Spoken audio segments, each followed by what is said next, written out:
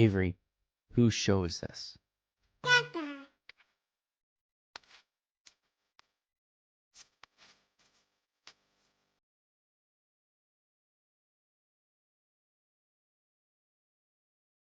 And we're live. Welcome, everybody, here to the Lakers Lounge podcast. I'm Anthony Irwin, senior Lakers insider and lead Lakers content creator for Offside, joined on this fine Monday early evening, my time, late afternoon, your time, probably. And by you guys, I'm joined by you guys. It is a Monday episode.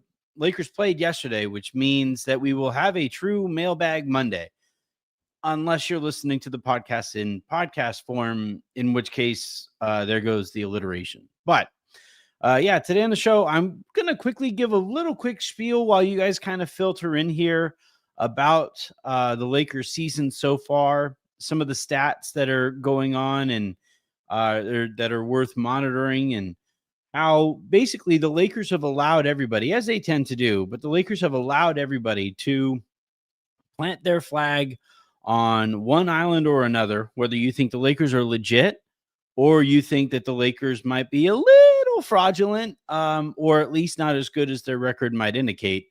You can plant your flag however you want to plant your flag. So today on the show, I'm going to discuss kind of where I fall in on that spectrum, and then give way basically once everybody is kind of in here to questions from the iTunes mailbag, from the live audience here who are watching the show live on YouTube.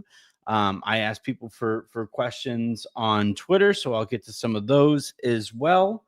And just kind of enjoy this, like I said, late afternoon together.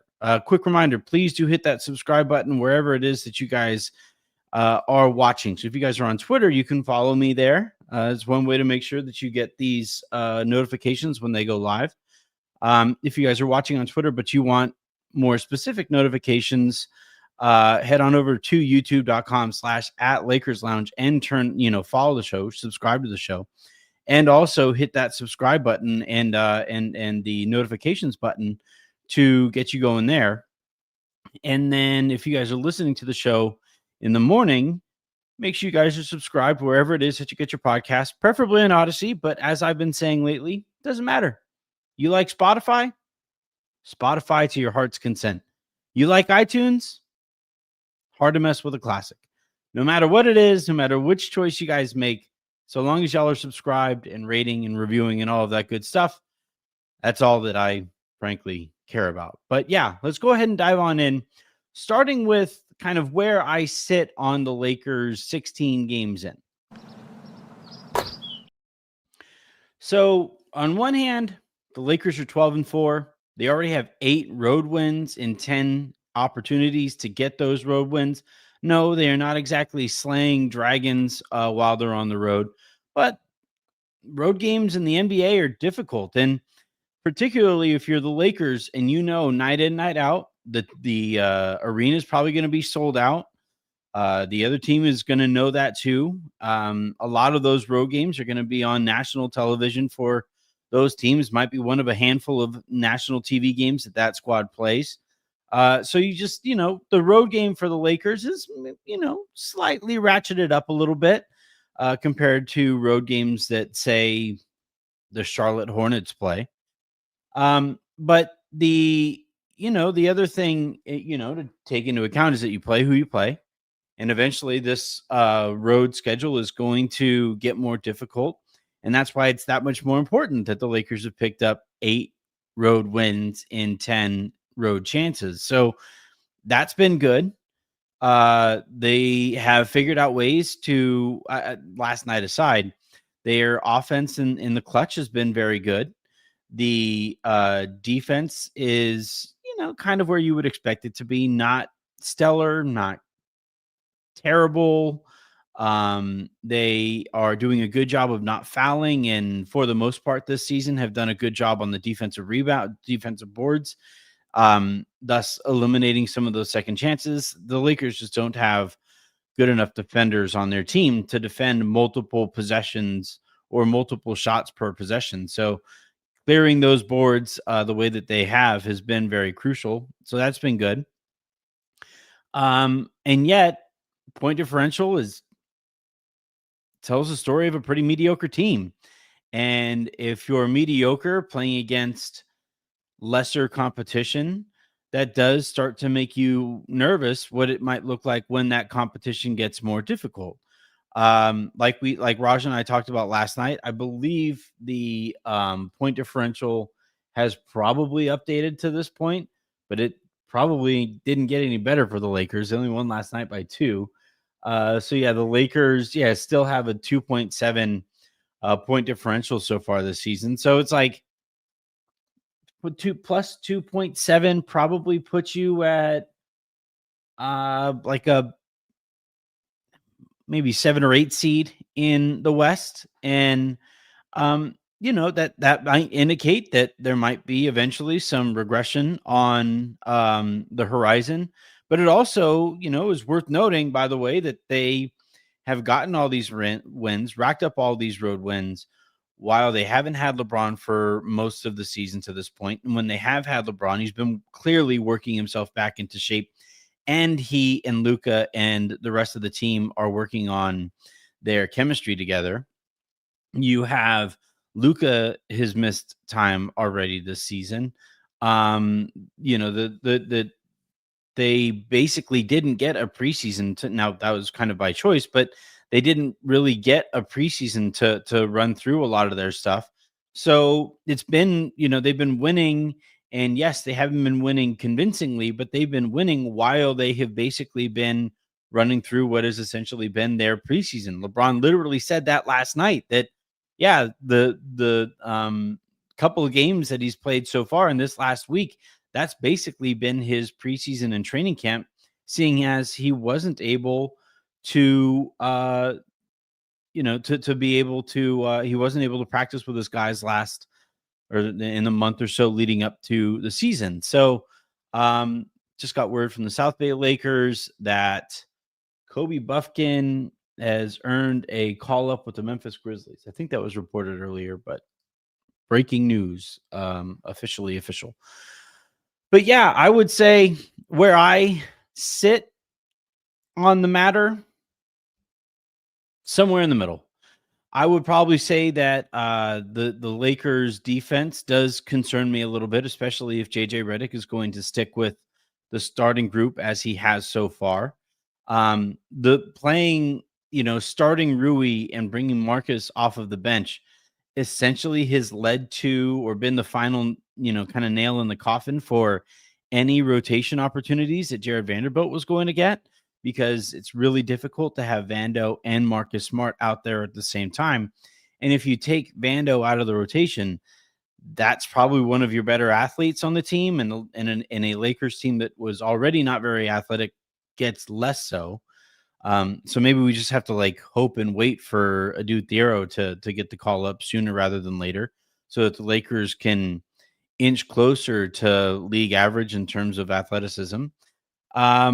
I think that the offense has been pretty damn good considering. Uh, let's this is a stat that I wanted to pull up. The Lakers' three-point shooting has been abysmal, and it's been abysmal because the guys who were shooting the most three-pointers have been abysmal, whether outright abysmal or by their own terms. Luka Doncic is taking 11 threes a game so far this season, and he's only making 31.1% of those threes. Austin Reeves is shooting 7.9 threes per game, and he is only shooting 31.1% from three. The next player up is somehow worse in terms of percentage. Marcus Smart is shooting 4.8 threes per game, and he's only knocking down 24.2% of those threes. And a lot of those threes are butt ass naked open. And that has really hurt the Lakers' spacing and offense. There's a question coming a little bit later about what did you think about Gabe starting in Marcus's place or Rui's place? Rui, like we'll talk about Rui here in a bit, but like we know that JJ Redick is always going to lean towards spacing. And if Marcus Smart is destroying that spacing, I don't think JJ is going to trust him to close some of these games. Might trust him to open some of those games, but I don't know if he's going to trust him to close them. The next player up is Rui, and he's the only player shooting on volume or even decent volume. He's only shooting about 3.5 attempts from three a game, and he's the only one though shooting at least that much who is hitting them at an above league average clip. And he's shooting 48% from three. And you were sitting there like, how do we get this guy more touches? Well, defenses have basically realized he's the only guy that they really need to close out hard to. And they've really tried to limit his opportunities from deep. You can go down the stretch or go down the list from here. LeBron, he's only played in a couple games, but he's only shooting 28.6% from three.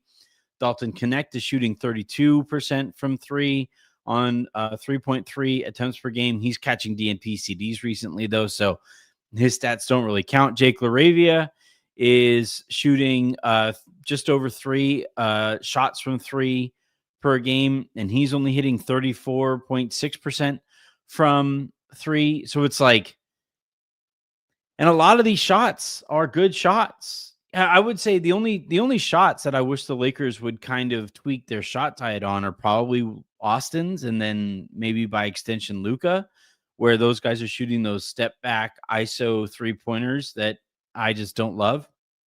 Outside of that, it's a lot of attempts that are coming within the rhythm of the offense. Some grenades here and there. A lot of Austin's attempts from three are of the grenade variety, as Raj and I kind of talked about yesterday. But to me, when we talk about are the Lakers for real? Are they not? What it all kind of comes down to for me is whenever the Lakers or if the Lakers start hitting their especially open threes, that point differential is going to climb back up. If they start a lineup that makes more sense than the one that they have started the last couple of games, and you aren't playing even during LeBron, Luka, or behind in the LeBron, Luka, and Austin minutes, that's going to help your point differential. So, like, to me, when we talk about where the Lakers currently sit statistically and specifically with point differential, to me, it all kind of comes down to, and why I'm not all that worried about it is like there are some either tweaks that the Lakers can make or, just regression type improvement that we might see from them that would address some of the stats that would tell you that the Lakers are a mostly mediocre team. So I don't think they're mediocre. I don't necessarily think they're the 2 seed in the West by the end of the season either.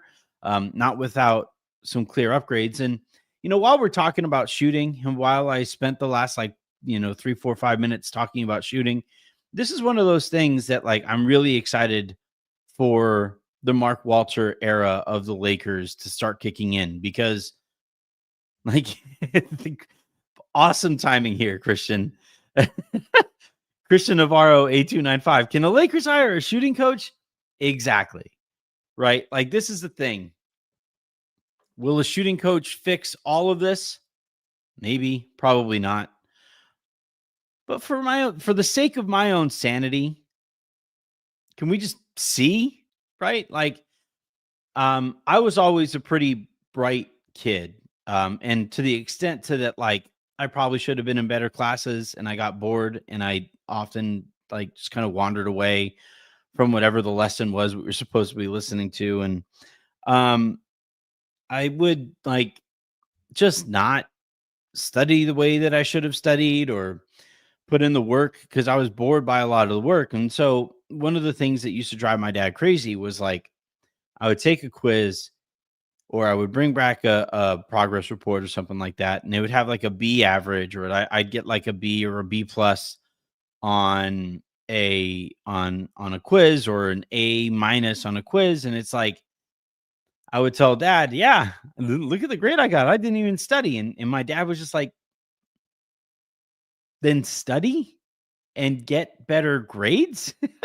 Like, and that's kind of how I feel about the Lakers. It's like, yeah, we're winning games. We're 12-4 and we aren't even studying. And it's like, then study. You're winning games while you are almost like the analogy is almost too on the nose for it to be funny, but you're shooting yourself in the foot and you're probably missing your foot because you don't employ a shooting coach. And this is the kind of thing that, like with the Dodgers, and Pete and I have been going back and forth about this, texting. And the thing that I'm probably the most excited about in this new era of Lakers basketball, or the Lakers organization, is you look at the Dodgers and they go out and they spend a ton of money on individual coaching, pitching coaches, fielding coaches, swing coaches, personal trainers, nutritionists, dietitians, like all of these things. They spend an arm and a leg so that they maximize the return on the investments that they make into their personnel. And you look at the way that the Lakers have kind of operate, they like to say that, like, we like to empower our players to go out and improve on their own individual basis at their own pace with their own people, yada, yada, yada. And that's fine if those players are responsible enough or smart enough to be empowered. Kobe, a relentless worker, right? That dude was just maniacal when it came to the work that he put in. He thrived in the Lakers organization because they were like, you know what? You do you, man. You keep doing whatever you're doing because clearly that is working. And Kobe would continue to work. LeBron, done really well as a Laker, because he, again, is maniacal when it comes to his work ethic and the amount of work that he puts in on his body and the amount of work that he puts in on his game, and the Lakers basically tell him, you know what, man, you're killing it. Keep killing it. And then you look at somebody like Jared Vanderbilt, who I don't think really entrusts the best personal trainers. And they've empowered him in much of the same way that they empower some of their other players. And all that's happened is Jared Vanderbilt has probably gotten worse as a basketball player since he got to the Lakers. And it's because the Lakers at no point have stepped in and been like, hey, what are you actually working on? like, what's the process that you're going through? Walk me through your process as you're trying to get better as a shooter. And he's like, oh yeah, I have a football coach. What? And so, like, and that's the case. You could run through like the players that we get kind of frustrated about. Like, Lakers fans always say the Lakers organization is where shooters go to die. Well, yeah, that's what's going to happen when you never employ a shooting coach. And I'll have people from the Lakers organization get kind of annoyed at this take and stuff like this. And what it comes down to, and they'll say, well, even if we hired a shooting coach, that coach would have to work with the other guy's coach, and they'd have, like, it's different. Baseball players and NBA players are just two different types of athlete, and the level of empowerment is different in baseball versus the culture in basketball, where you do have these, guys who have guaranteed contracts, and there's much less competition for their positions within their own organization than there is in baseball, right? Where you have a whole minor league system waiting for their call up. And, this is why it led to the Moneyball era, right? Where you've had now multiple generations of free agents in baseball who have found that their market has completely depleted because all of these teams are like, well, I could pay free agent X this much money for this level of production, or I could just wait for one of our minor leaguers to crack the major league roster at this much money for like this much production. And that gap in production isn't enough to convince these MLB teams to actually pay up to either sign or keep free agents. And this has led to, I think, a market inefficiency for the Dodgers where they're like, wait, you're not going to pay that pitcher? Okay. And we're going to see what happens with the outfield and the right fielders that the Dodgers go out and get. But they've basically said like, well, if you're just going to get rid of this guy, let's see what we can do. And they find Max Muncy on the scrap heap, and they bring him in and they coach him through, changing his swing and tweaking his approach and making him a better fielder at third base. Justin Turner, same deal. You can run down the line here, Kike Hernandez, and you can find Chris Taylor. There are so many examples of the Dodgers basically like finding talented players that weren't getting the organizational support in their prior situations. They bring those guys in. They do give them that organizational support, and those guys get better. And I think here with the Lakers, you're looking at an organization that hasn't provided that organizational support, and guys haven't developed to the extent that they would want those guys to develop. Right? Dalton Knecht is probably a worse NBA player now than he was when they drafted him a year and some change ago. And it's at a certain point, and I talked about this on an offside video. There was that report that Andrew Friedman and Farhan Zaidi are being brought in as consultants to the Lakers organization. One of the things that they're going to advise Rob Pelinka and Jeannie Buss and this entire Lakers organization to do is, hey, where are the people who work here? Where's your scouting department? Where's a beefed out analytics department? Where's your shooting coach?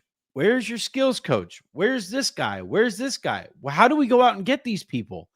And those are the things that the Lakers are going to be working on. And I think, obviously it's probably too late for Jared Vanderbilt, but moving forward, right? I was talking about this with Raj, I think last night, about a dude, Thero, in that like, hey, dude, that guy has all the tools to be a very good NBA player. Let's see what he looks like once the Lakers approach development in the way that the Dodgers have, and they get the most out of those players. Like, do I think that the Oklahoma City Thunder have excellent scouts and they have a real understanding of what they're doing when it comes to drafting players? Absolutely. But they also have built out a culture of no. This is what we are looking for you to become. This is the best path for you to become a longer term NBA player. And a guy like Isaiah Joe, right, who I think the Philadelphia 76ers just like shoot out the door. He goes to the Oklahoma City Thunder.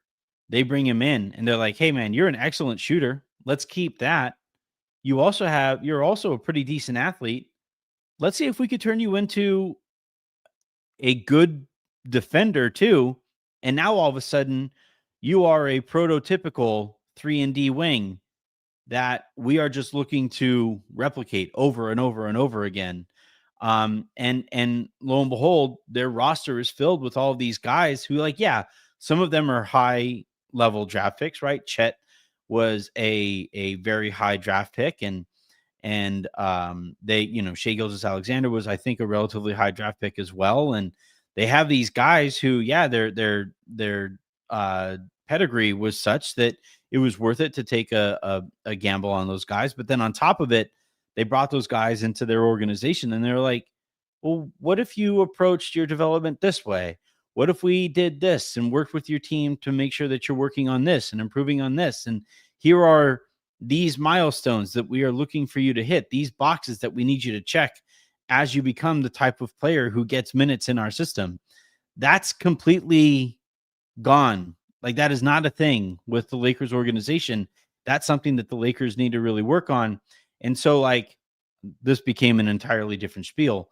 But when we talk about the Lakers shooting here, yeah, this is probably going to bug them and bug us for the rest of the season. But one of the things moving forward that I'm really kind of excited about is I don't think this is going to be a problem years down the line once the Lakers build out that infrastructure to make sure that guys understand which shots to work on, how, what shots they want them to take, and build out a culture where it's like, yeah, we don't need that step back three with 17 seconds or 12 seconds on the shot clock. That's not a shot that we need. And if they can kind of get rid of some of those shots and tweak the shot diet, and Raj and I have talked a lot over the last couple of games about Austin Reeves' shot diet in particular.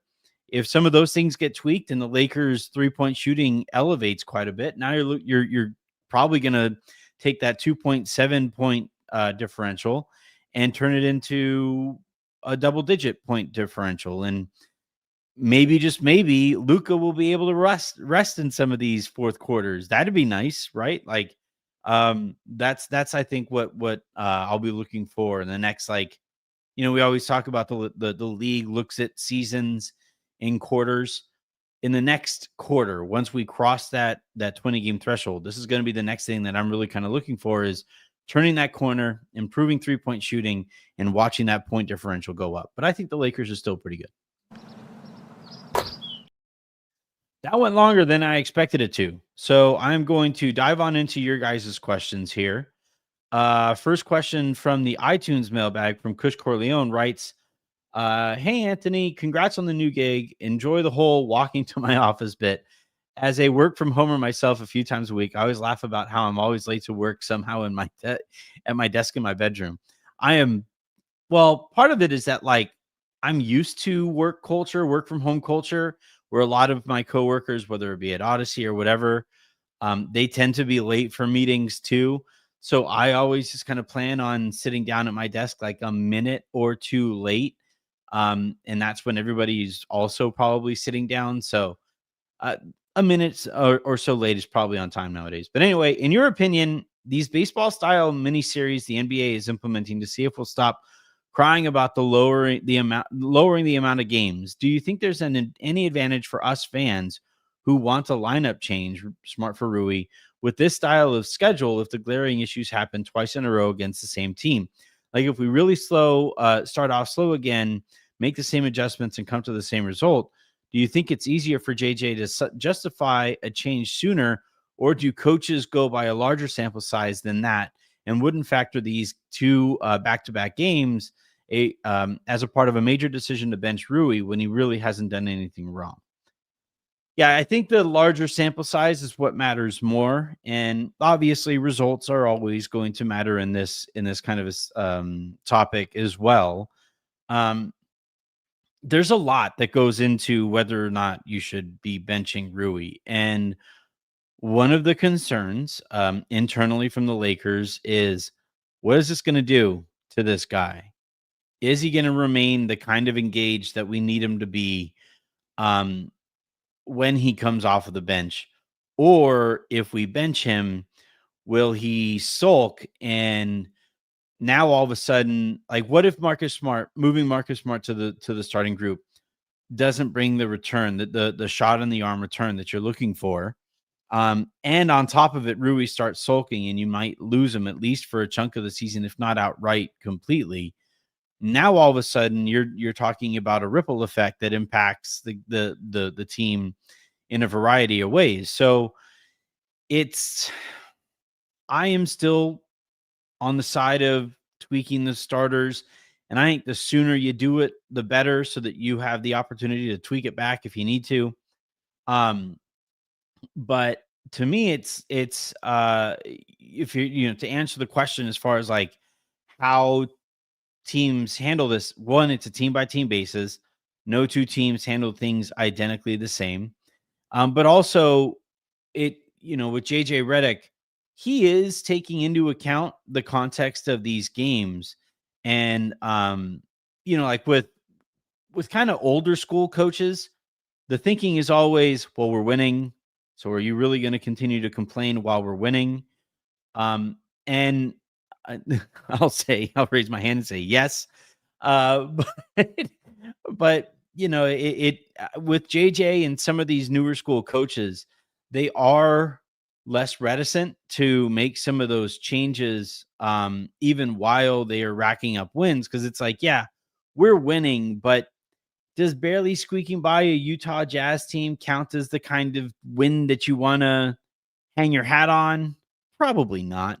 So I would probably say that if this starting group continues to kind of flounder. And we're also the Lakers are also going to give them a little bit of grace as LeBron works himself into shape and stuff like that too. That's also a factor here. But if this group continues to flounder and the point differential continues to kind of hover at a very mediocre spot, and the plus minus gets louder and louder and louder, that Marcus Smart should maybe join that starting group. I do think it won't take losing a bunch to make that change. I certainly hope so, but I just don't think JJ Redick is kind of wired the same way that like Darvin was. And that's probably why they fired Darvin and hired JJ Redick and then extended JJ Redick one season after not being Darvin Ham. All right, let's go with some of your guys' questions. Um, let's see.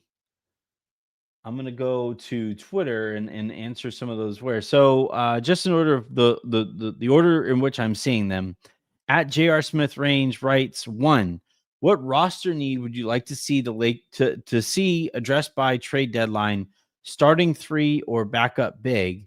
Two, what internal roster improvements would allow Rob to keep his first round pick heading into the summer for his inevitable just wait until we have three firsts? All right. So to answer the first question, it's bringing in a 3-and-D 2/3 is far and away uh what I would like to see the Lakers do. And it's like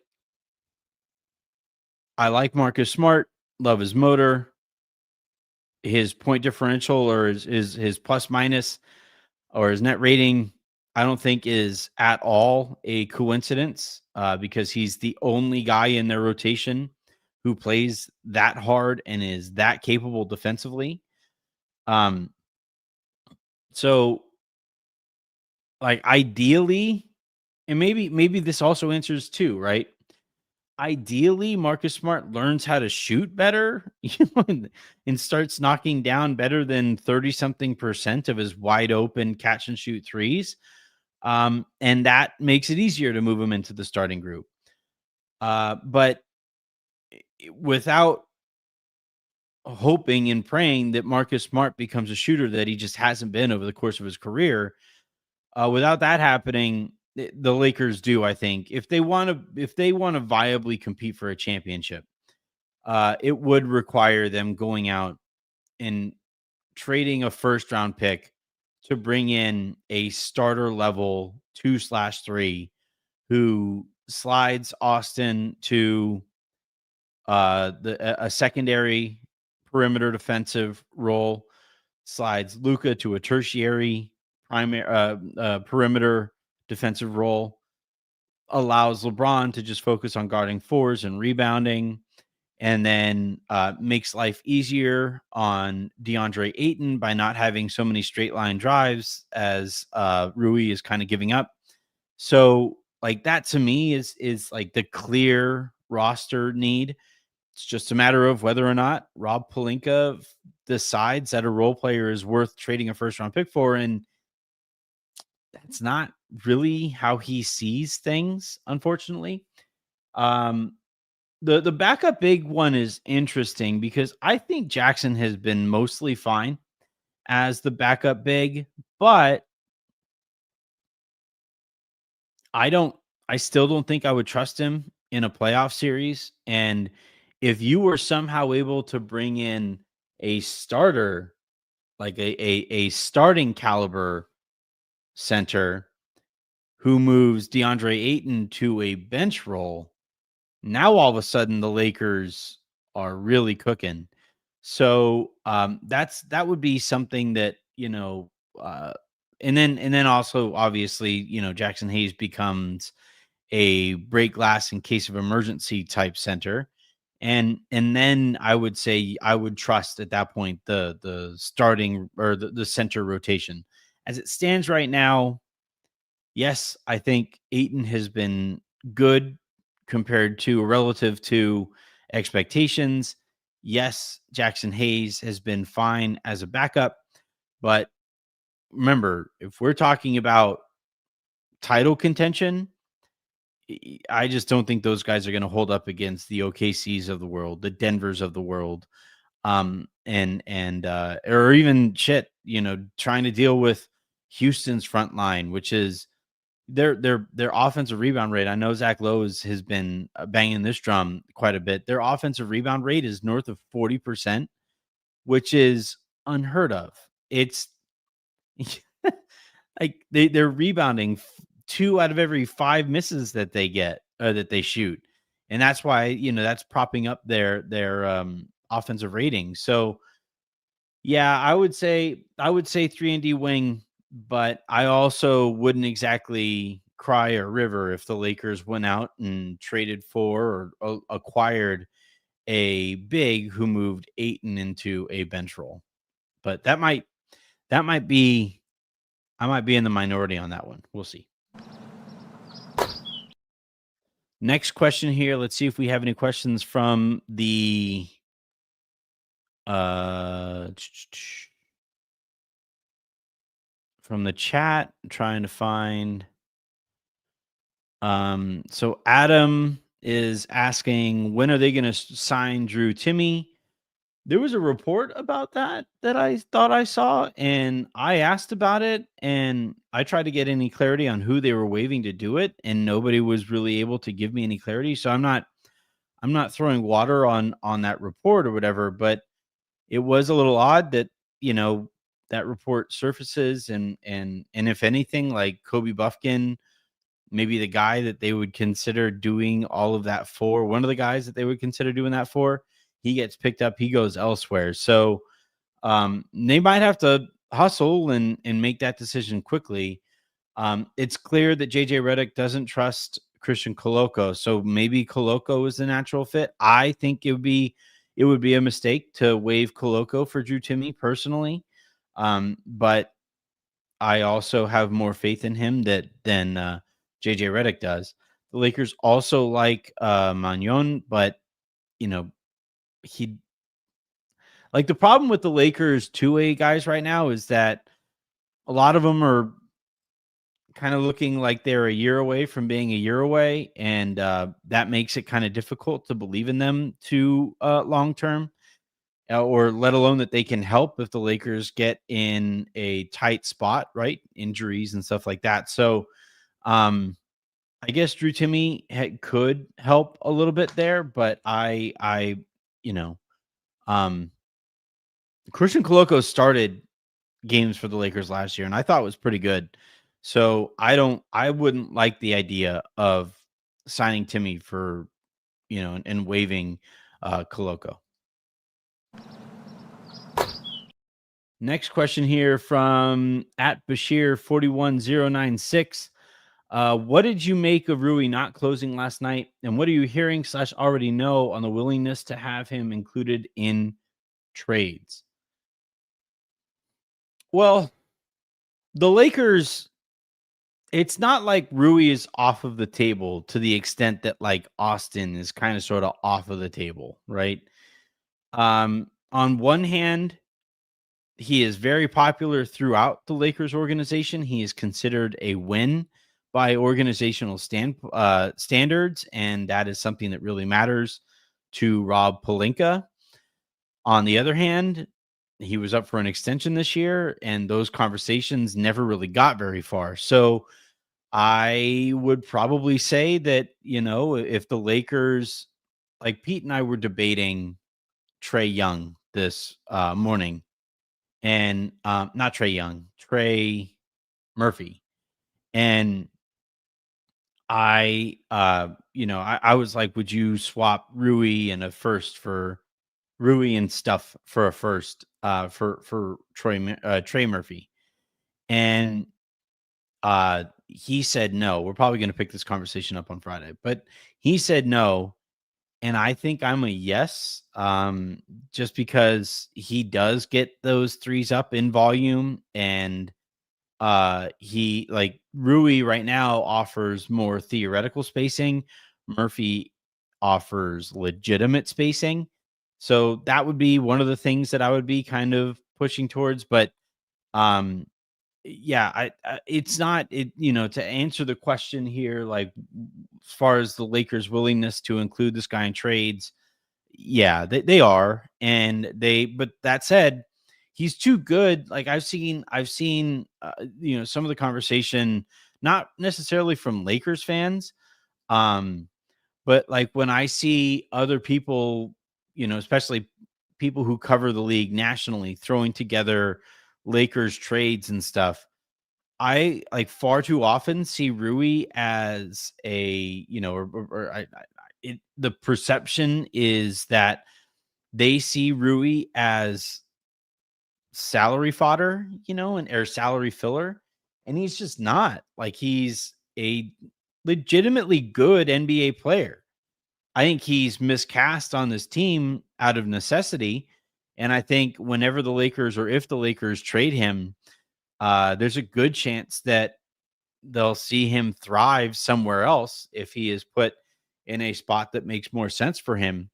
But as far as like the Lakers situation here, I do think it would make sense to swap Rui and like a second rounder for Andrew Wiggins.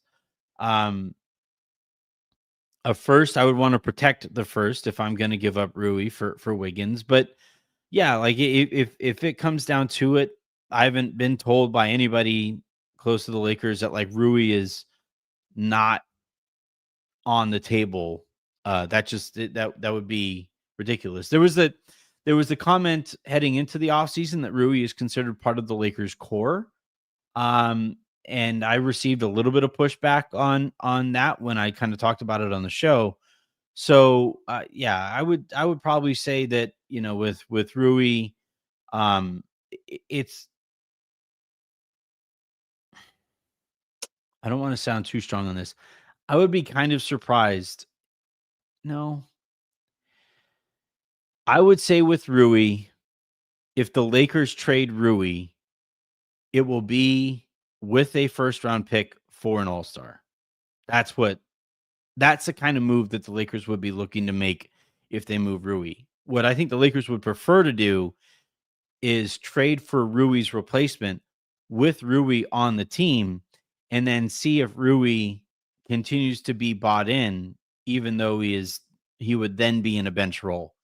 That is, I think, and I think if the Lakers do make that kind of a deal, they would give themselves a little bit of wiggle room so that, if they make that trade for the starter, they don't do it right at the deadline, because that way if Rui sulks, they then have time to turn Rui into a player who wouldn't sulk coming off of the bench. Um, but I think the Lakers have great chemistry. You've had plenty of guys sacrifice so far this season. And I would, if I were the Lakers, if I was making this call, uh, I would very confidently bet on the chemistry and culture that the Lakers have built so far this season, and believe that, or be confident that Rui would buy into whatever role he has to play, so long as he gets rewarded for buying into that role after the season with a decent contract. Let's look into the super, or not the supers. Well, if you guys want to leave a super, that'd be great. Um, let's see. So Doggy X5I trade Reeves for Keon. Absolutely not. This is a little bit more, uh, my pace. Keon Ellis for Dalton and a second round pick. I would love to. Don't think that would get it done for the Lakers. But Keon Ellis. Now, here's the thing. It's like I said last night, half the league is called about Keon Ellis, and they're being very careful with their tone of like, hey, yeah, Keon, like, you're sure, huh? All right. Well, what would it take? And the fact that he hasn't been moved so far would indicate that the price is still pretty high. But the Lakers are one of those teams that have made that call and have kicked those tires, and we'll see what comes of it eventually this season. whenever Sacramento blows it up. But yeah, Keon Ellis would be excellent, but I'm not trading Austin Reeves for Keon. Like, absolutely not. Some of you guys, like, it's bordering on weird how badly some of you guys want Austin off of this team. It's legitimate. This dude dropped an almost 50-point triple double in a game. There's like there's nobody making the amount of money that Austin is making now, let alone maybe even what he might be making next year, even, who would drop a 50-point triple double in a game. Like that, the list of guys who would be capable of doing that in any game under any circumstances is really effing short, right? Like that is a very short list.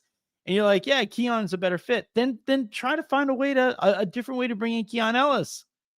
You know who Keon Ellis would fit really well with? Austin Reeves. Like what are we doing? I just realized that I have an artichoke steaming and a lobster poaching in the sous vide. So I got to go check on those things. My son just woke up as well. Jen just called saying she's on her way home from work. So I'm going to end this one here. Might hop back on a little bit later to record a shorter, lowdown type show. But if not, and then if this is the last time you talk or hear from me tonight, then have a great rest of your day. Make somebody else's, and I will talk to you guys tomorrow, right after the Lakers hopefully beat the Clippers.